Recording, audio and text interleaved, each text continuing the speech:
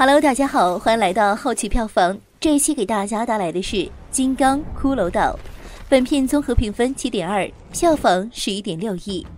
一说到好莱坞怪兽，我想大家第一时间想到的就是2005年版的金刚。的确，05版的金刚给人留下了非常深刻的印象，而本片保留了故事的主线，删除了女主与金刚之间的情感互动。曾经相爱的一对主角，在本片中只剩下了一次小心翼翼、热泪盈眶的触摸，减少了爱情的部分，增加了反战的意味，更改了05版土著人的人设，这使很多有情怀的人失望。但小编却认为，金刚与人类情感描述的削弱，使得金刚的怪兽形象更加立体，更加符合人们心中对怪兽的定义。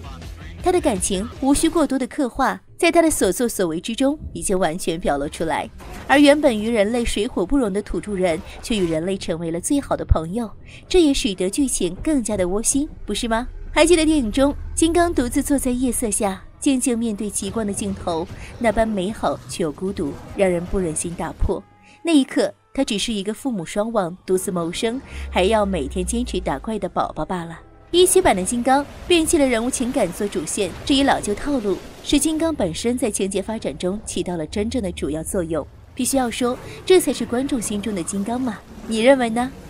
本片也是与之前的金刚不同，走了截然相反的轻松路线。片中幽默的对白情节并不在少数。开头时，日美飞行员的对决就十分吸睛，金刚没有遮遮掩掩、躲躲藏藏，而是直接出现了与水牛、蜘蛛等怪兽打斗。虽少了几分神秘感，但这些精彩的画面足够让我们大饱眼福，看尽金刚的牛掰。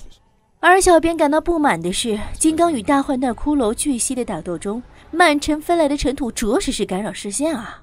自认为整部电影中最令人难以理解的是那个中校了，他对战士的深情确实让人称赞，但是为了已经牺牲的人去伤害那些真正善良的事物，实在让我觉得他这样的感情不如没有。因为他的固执带给队友一次次的阻碍和伤害，应该是他们在这个神秘的地方遇到的最难以接受的事情了吧。片中还有一个不足，就是好几处镜头配乐还没有结束就突然的戛然而止了，场景的突然切换则有些突兀和不协调。整体的来看，这部影片打破了之前金刚系列的模式，给人一个全新的观看，还是称得上一部好片的。当然不仅仅是这么简单哦，2个小时的正片也为结尾的惊喜彩蛋做了一个铺垫。彩蛋中探索地球未知生物的帝王计划揭露出了更多机密，其中有4幅壁画，上面画着有长尾巨兽哥斯拉、翅膀飞兽拉顿、蝴蝶巨兽摩斯拉以及3头巨兽甘者基多拉。4个角色恰好对应了日本哥斯拉系列最精彩的一部3大怪兽，这样令人心惊胆战、惊呼不断的彩蛋，下次多来一点可好？小编好想要一筐带回家哦！感谢观看好奇票房，我们下期再见。